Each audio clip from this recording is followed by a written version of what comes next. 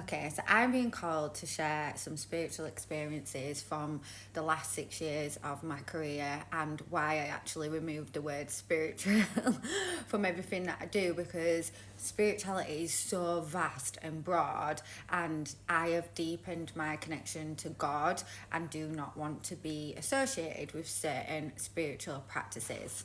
However, God is telling me for me to be able to move on to the next phase of my life, I need to share some stories of some really weird experiences that will definitely encourage you to pray every single day. Now, the reason that I've been reluctant to share them is because energy flows where attention goes, and I just don't live a lot of that experience anymore because I've chosen not to after 5 years of being of service. And I feel like now it's time for me to actually be truthful about the depths of spirituality so that other people can make more discerning decisions. Okay, so let's start off fluffy. So, portals. So, we actually had an energetic portal in the healing house when I had that studio in Bromley, and St Catherine's Mills is known for being haunted. It was an old mill. The sweet shop have reported like the sweets coming off of the shelves. The Specsavers factory asked me to clear and cleanse it out a couple of times.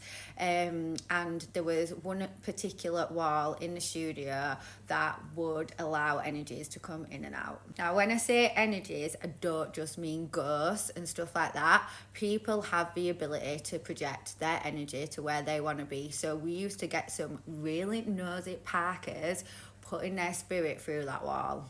Now, the reason why I know that it wasn't just me losing my mind is because of the amount of people that would come in and say, do you know that that wall is a portal?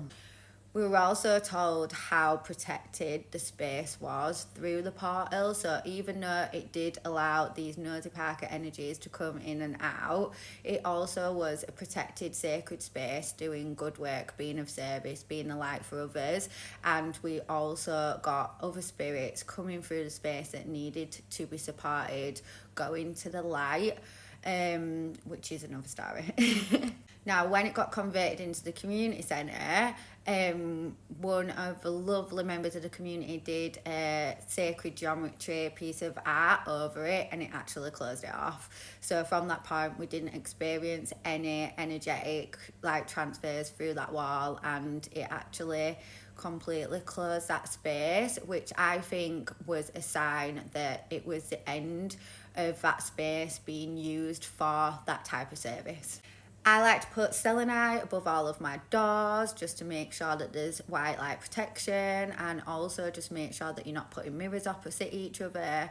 And also, like, bells and chimes are always really great to have in your house or your garden to just keep any of those pesky low vibrations away. Don't forget to pray every day.